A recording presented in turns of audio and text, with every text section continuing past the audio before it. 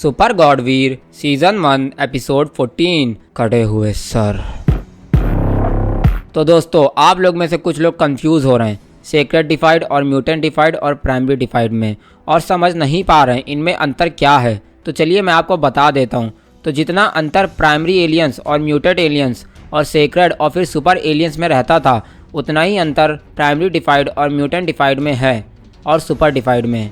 जैसे कि आप लोग सोचिए, मतलब एक फर्स्ट लेवल का डिफाइड, सेकंड लेवल का डिफाइड, थर्ड लेवल का डिफाइड और फोर्थ लेवल का डिफाइड।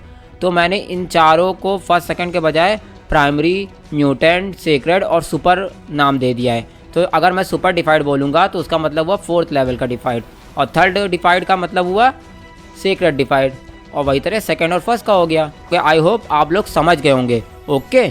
और हाँ दोस्तों, आपने पहले का एपिसोड भी सुन लिए होंगे ना। अगर नहीं सुना है तो आप जाके सुन लीजिए, वरना आपको ये स्टोरी समझ नहीं आएगी। और हाँ, अगर चैनल को सब्सक्राइब नहीं किया हो तो कर लीजिए, जिससे आप लेटेस्ट एपिसोड सबसे पहले सुन पाओ। और हाँ, मेरे टेलीग्राम चैनल RJK FM को भी सब्सक्राइब कर लो, जिससे आप मुझसे बात कर पाओ। ठीक है, तो चलो अब ज़्यादा टाइम वेस्ट ना करते हुए वीडियो को शुरू करते हैं। Let's begin.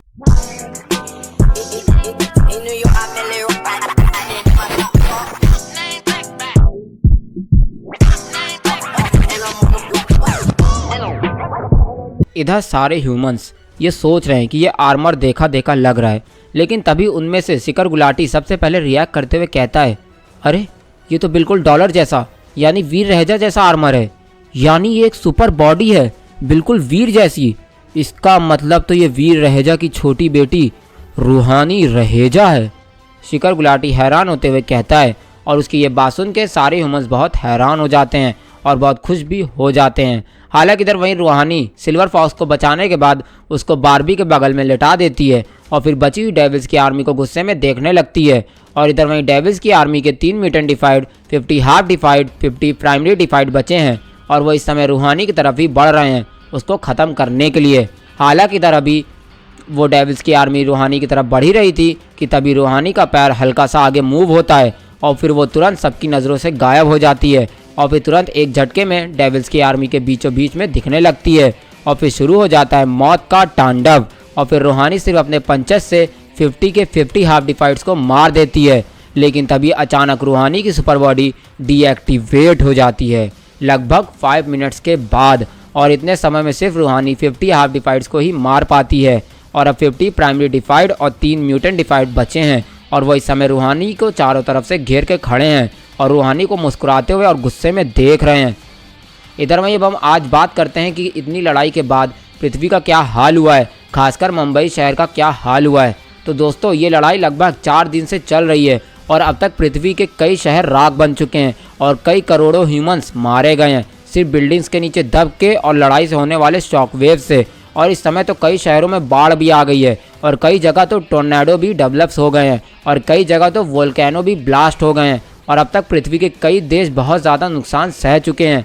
लेकिन अलग अलग प्लैनेट्स के मिशन से जुड़े होने की वजह से जो भी ह्यूमंस टाइटन, मोराग और वॉर्मियर ग्रह पे रहते थे, वो अर्थ से टेलीपोर्ट होकर इन सब प्लैनेट्स पे वापस चले गए हैं, जिससे कई सारे ह्यूमंस की जान बच गई है। हालांकि रही बात सकार ग्रह की, तो इस प्लैनेट के सिर्फ कम लेवल्स वाले ह्यूमंस टेलीपोर्ट होकर सकार ग्रह गए हैं, और सकार ग्रह के लास्ट लेवल यानी एम्परर लेवल के ह्यूमंस पृथ्वी ग्रह पे ही हैं, ताकि वो कमज़ोर ह्यूमंस यानी जो ह्यूमंस मिशन से जुड़े नहीं हैं उनको डेविल्स और शुरा से प्रोटेक्ट कर सकें। इसलिए एम्परर लेवल के ह्यूमंस पृथ्वी पे ही रुक गए हैं, और ये सब बैरन लेवल वाले डेविल्स को रोक के रखे हुए हैं, और इन्हीं की वजह से अब तक कई ह्यूमंस बचे हुए हैं, और कई ह्यूमंस तो डिवाइन की बनाई हुई पावरफुल वॉर मशीन की वजह से बचे हुए हैं।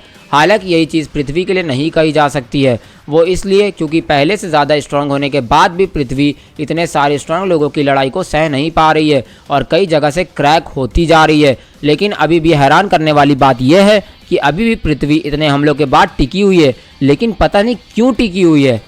खैर, अब हम सबको पता ही है, इतनी बर्बादी के बाद ह्यूमंस को कई साल लग जाएंगे वापस से नॉर्मल लाइफ बिताने में, क्योंकि यार कई शहर, कई देश बर्बाद हो चुके हैं, कई जगह तो सुनामी आ गई है, कई जगह तो अर्थक्वेक्स आ गए हैं।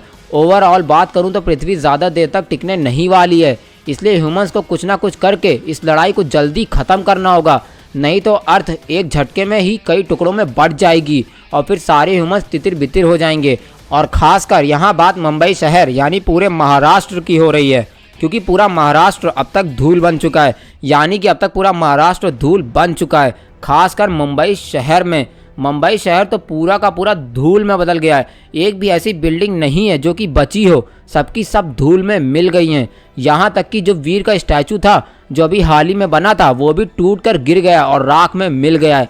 खैर अब इसमें क्या करा जा सकता है, बस अब हम लोग यही दुआ कर सकते हैं कि जल्दी से कोई ऐसा चमत्कार हो जाए जिससे पृथ्वी ग्रह टुकड़े टुकड़े होने से बच जाए। तो दोस्तों ये हो गई बात पृथ्वी ग्रह के कंडीशन की, यानी हालात की। इसलिए अब हम स्टोरी पर आते हैं। इधर रूहानी की तरफ 53 डेविल्स बढ़ रहे हैं और इधर वही रूहानी इस समय बहुत ज़्यादा थक चुकी है और तेज तेज सांसें ले रही है। और इधर वही दूसरी तरफ रूहानी को खतरे में देखकर रूही तेज से चिल्लाती है, रूहानी अरे जाओ कोई रूहानी को बचाओ। रूही कहती है, लेकिन उसको ये कहने की ज़रूरत नहीं थी क्योंकि उसके बिना कहे ही कई सारे स्ट्रॉन्ग ह्यूमंस यानी विहान, एक्स किंग, अनुजा, स्टेपलेट, अवनी, माही, गॉड का प्रतिशोध और भी बहुत सारे मेन साइड कैरेक्टर्स बढ़ने लगते हैं रूहानी को बचाने के लिए। हालांकि इधर वहीं डेविल्स की आर्मी रूहानी की तरफ बढ़ने लगती है और अब वो लोग रूहानी से सिर्फ 10 मीटर की दूरी पर रह गए हैं और उन्होंने अपने अपने हथियार निकाल लिए हैं। हालांकि अभी वो लोग रूहानी की तरफ बढ़ ही रहे थे कि तभी कई कटे हुए सर यानी लगभग 300 कटे हुए सर उनकी तरफ उड़ के आते हैं और उनकी बॉडी से टकराने लगते हैं, जिसकी वजह से उनको रुकना पड़ जाता है। हालांकि उनको रुकने के बाद भी कटे हुए सरों की बारिश होती रहती है और फिर थोड़ी देर में ही कटे हुए सरों की बारिश रुक जाती है और फिर लगभग हम 300 सरों को डेविल्स की आर्मी के पास पड़ा हुआ देखते हैं।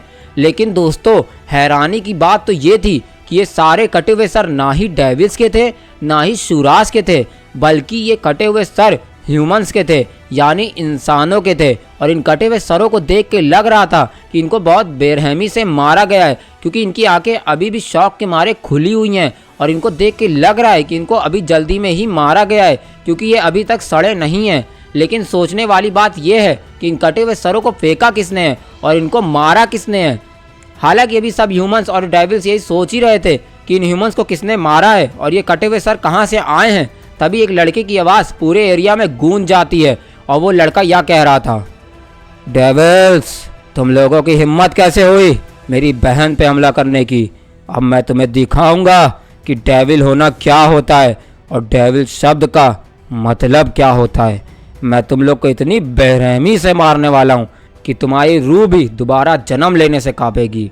एक लड़के की आवाज़ पूरे एरिया में गूंज जाती है और उस लड़के की यह बात सुनकर सारे के सारे ह्यूमंस हैरान हो जाते हैं, लेकिन खुश भी हो जाते हैं। और वहीं डेविल्स यह सुन के हैरान होने के साथ साथ कटे हुए सरों का नज़ारा देखकर डरने लगते हैं, क्योंकि वो समझ गए थे कि ये किनके सर हैं। हालांकि इधर वहीं वो लड़का धीरे धीरे चलकर सबके सामने आने लगता है और फिर हम देखते हैं कि एक लड़का एक गोल्डन शेर पर बैठा हुआ है और उसके दोनों हाथ में 2 कटे हुए सर हैं जिनसे खून अभी भी निकल रहा है। हालांकि इधर वहीं जब ह्यूमंस ये नज़ारा देखते हैं तो वो काँप से जाते हैं, लेकिन साथ में वो बहुत खुश भी हो जाते हैं क्योंकि वो इस लड़के को पहचान गए थे। खासकर रूहानी भी उस लड़के को तुरंत पहचान जाती है और फिर वो चिल्लाते हुए कहती है, क्यांश भैया मुझे पता था आप मुझे कुछ नहीं होने देंगे, क्योंकि मुझे पहले ही सेंस हो गया था अपनी सुपर बॉडी की वजह से कि आप आ रहे हैं, इसलिए ही मैं इतनी देर से शांत खड़ी हुई थी। रूहानी कहती है और फिर आराम करने के लिए ज़मीन पर बैठ जाती है। इधर वहीं डेविल्स रूहानी की बात सुनकर हैरान हो जाते हैं, यहाँ तक कि एरोक्स डेविल भी। और फिर वो हैरान होते हुए कहता है, ओ अच्छा तो तुम हो क्यांश रहेजा, वीर रहेजा के बेटे। मानना पड़ेगा तुम भी उसी की तरह बहुत बेरहम हो। तुमने अकेले ही पूरी दीक्षित फैमिली को ही ख़त्म कर दिया, वो भी इतनी बेरहमी से। मानना पड़ेगा, एरोक्स डेविल कहता है और फिर गुस्से में चीकू को यानी क्यांश को देखने लगता है। और इधर वहीं ह्यूमंस में रूही, विहान, मिस्टर चौहान, अनुजा, रोनित और बाकी के लोग चीकू को एकदम हैरानी से देख रहे थे और वो इस समय बहुत खुश भी थे, लेकिन वो चीकू की बेरहमी देख के थोड़ा हैरान भी हो गए थे। लेकिन इनमें से जो भी वीर को अच्छे से जानता था वो जानता है कि क्यांश इतना बेरहम क्यों है। आखिरकार वो वीर का बेटा है तो इतना बेरहम तो होगा ही अपने दुश्मन के लिए। इधर सारे ह्यूमंस चीकू को देख रहे थे और उसके दोनों हाथ में जो कटे हुए सर थे उनको भी देख रहे थे। और फिर उनमें से रोनित कहता है, अरे ये तो दीक्षित फैमिली का हेड का सर है और उसके पोते का सर है, और इधर जितने 300 कटे हुए सर पड़े हैं वो भी दीक्षित फैमिली के हैं। इसका मतलब ह्यूमंस को धोखा देने वाली दीक्षित फैमिली को चीकू ने अकेले ही इतनी बेरहमी से मार डाला और उनके कटे हुए सर को डेविल्स के पास लाके फेंक दिया। ये दिखाने के लिए कि ह्यूमंस धोखेबाजों को छोड़ते नहीं हैं और उनको बहुत बेरहम मौत देते हैं। मानना पड़ेगा वीर के सारे लड़के और पेट्स और दोस्त सब बहुत पावरफुल हैं। काश मैं भी वीर से बहुत पहले मिला होता, रोनित कहता है। और फिर सब रोनित की बात सुनकर और भी ज़्यादा हैरानी से चीकू को देखने लगते हैं। और इधर वहीं चीकू एरोक्स डेविल की बात सुनकर उसकी तरफ देखता है और फिर मुस्कुराते हुए एरोक्स डेविल से कहता है, एरोक्स डेविल, तुम डेविल्स को क्या लगता है कि मेरे डैड के ना होने पर तुम हम ह्यूमंस को गुलाम बना लोगे? तो तुम्हें बता दूं मैं, तुम बहुत गलत हो। हम ह्यूमंस किसी के गुलाम नहीं बनते और ना ही हमें गुलाम बनाने वालों को छोड़ते हैं और ना ही धोखा देने वालों को। देखो अपने सामने, मैंने पूरी दीक्षित फैमिली को ख़त्म कर दिया है और उनकी प्रोटेक्शन में तुमने जिन शुरास को रखा हुआ था मैंने उनको भी ख़त्म कर दिया है, चीकू एरोक्स डेविल से कहता है। और फिर अपने हाथ में पकड़े हुए दोनों कटे हुए सरों को एरोक्स डेविल की ओर फेंक देता है और इधर वो कटे हुए सर एरोक्स डेविल की ओर बढ़ने लगते हैं, लेकिन एरोक्स डेविल उनको अपनी तलवार से काट कर साइड में कर देता है और फिर गुस्से से चीकू को देखने लगता है। इधर वहीं चीकू एरोक्स डेविल को देखकर डेविलिश स्माइल देता है और फिर अपनी तलवार को निकालता है और फिर एक झटके में रूहानी के पास टेलीपोर्ट हो जाता है और फिर रूहानी को साइड में करके बचे हुए 53 डेविल्स को देखने लगता है। और फिर उनको देखने के बाद चीकू अपनी सुपर बॉडी को एक्टिवेट कर देता है और फिर देखते ही देखते चीकू को एक वाइट होली लाइट कवर कर लेती है और एक वाइट और गोल्डन कलर का आर्मर उसको कवर कर लेता है। हालांकि उस आर्मर में थोड़ा रेड कलर का भी पैटर्न बना हुआ था, यानी ओवरऑल बात की जाए तो वाइट एंड गोल्डन कलर का आर्मर था और उस पर रेड कलर की आउटलाइन थी। ओके, इधर वहीं चीकू अपने सुपर बॉडी को एक्टिवेट करने के बाद डेविल्स की आर्मी को देखते हुए कहता है, डेविल्स, अब मैं तुम्हें दिखाऊंगा डेविल कहते किसे हैं और डेविल शब्द का मतलब क्या होता है। चीकू यानी कियांश रेजा डेविल्स की आर्मी को देखते हुए कहता है और फिर डेविल्स की आर्मी की ओर बढ़ने लगता है। तो दोस्तों, कैसा लगा आपको आज का ये एपिसोड जिसका नाम था कटे हुए सर? और हाँ, जल्दी से कमेंट करके बताइए आपको आज के एपिसोड का कौन सा पार्ट सबसे बेस्ट लगा। मुझे तो ये कटा हुआ सर और जो चीकू डायलॉग नहीं मारता डेविल्स, मैं तुम्हें बताऊंगा डेविल्स कहते किसे हैं, ये डायलॉग एक नंबर लगा।